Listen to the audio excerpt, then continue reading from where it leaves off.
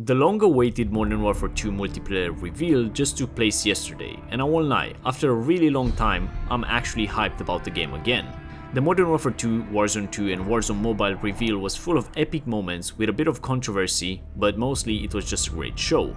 But one thing is for sure, this will be the biggest and most complex Call of Duty ever made.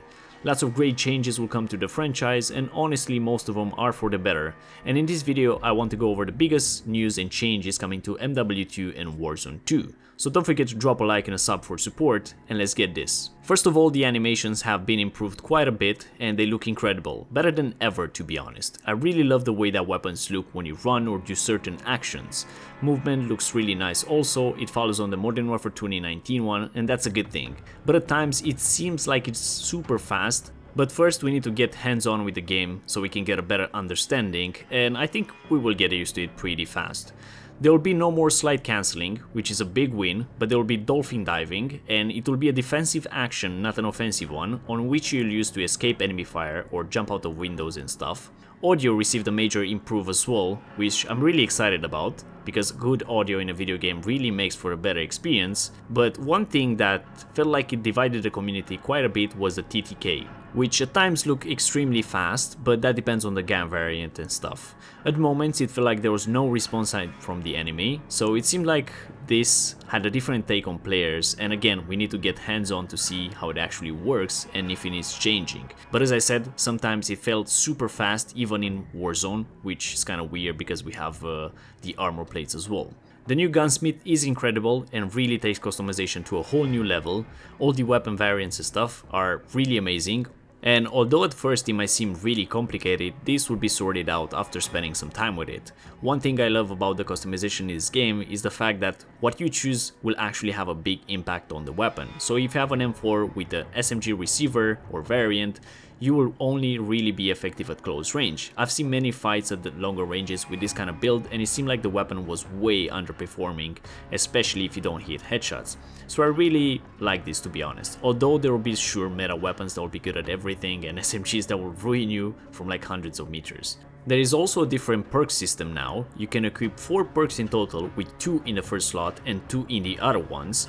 And the way it works is you start with the first slot, so you have 2 in total, and after getting kills and capturing objectives, you will unlock the others on the go, which seems a bit weird, but we shall see how that plays on the long run. Now we have ledge grabbing as well, so when you go next to a taller wall you can choose to climb it, or you can hang on the edge to use your pistol to take out players. Same with rappels, which you can use to camp in a certain position or escape from enemies. This will definitely promote a bit of camping, but hey, it's still Call of Duty, people will do it. Playing underwater will be another part of the game. You can now swim and use pistols and certain equipments to take out enemies. Who knows, maybe we'll even have special weapons for this, but keep in mind that bullets underwater will have a different velocity, so you'll have to lead your shots depending on how deep you are swimming. New modes have also been revealed. We have a 6v6 rescue, which is basically the one from Rainbow Six, where you have to kill all the enemies or extract the hostage. A third-person mode, which looks really cool, but I don't know how I feel about it yet, although it has a really nice vibe to it, and many more that haven't been shown but they are already on the way, which is really cool and I cannot wait to try them out.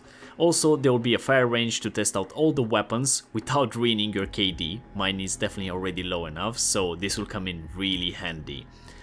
And I feel like these are the biggest changes for Modern Warfare 2 multiplayer. Of course, there's a lot more smaller stuff to talk about, but this will come when that game drops. I'll definitely do a more in-depth review, so definitely stay tuned for that.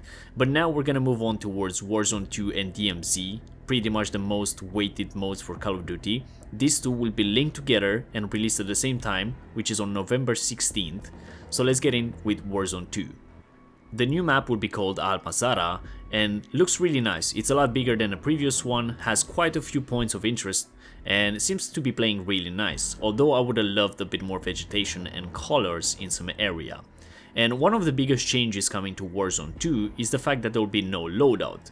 You will still be able to customize your gun the way you want, but you will have to buy that weapon from the buy station, and from the looks of it they are really expensive, so you'll probably just get one per match.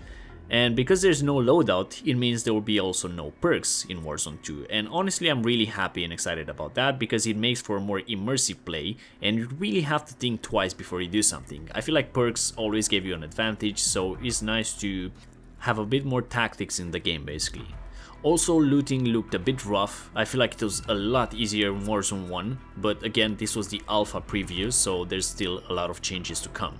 On the map there will be different strongholds defended by AI, and if you take them out you get a special weapon kitted out already, which is really nice, but from the looks of it sometimes there are too many AI, which can really slow down the play. There's now a new heli to get around the map faster. This time we have a pavelo, which you can move in, shoot out from, jump out from, and there will also be boats as well. So basically there's a lot more options when it comes to traversing the map. The circle will work a lot different as well. So this time we'll have 3 circles, and these 3 will slowly close and turn into a smaller one for the end game. This again is a huge and kind of weird change that kind of divided the community once again, but we'll have to play and see how it actually works. Again, this is the pre-alpha or something like that, so there's definitely a lot of changes still coming. I feel like these are the most significant changes for Warzone 2 as well. I cannot wait to play the game, and a lot more things will be revealed along the way. There's still 2 months away, so I'm sure they have even more prepared. So now let's move on to DMZ, which, yes, it's an extraction mode game on the Warzone 2 map, and teams will drop in and fight each other for weapons, challenges, and to capture AI defending points for even better loot. Of course, as in Tarkov, the players or teams will have to survive and extract in order to complete the game and claim their prizes basically. More info about this will be dropped in the near future. We didn't really get much about this, but I'm sure they have something planned on the release of Modern Warfare 2, which is gonna be on October 28th.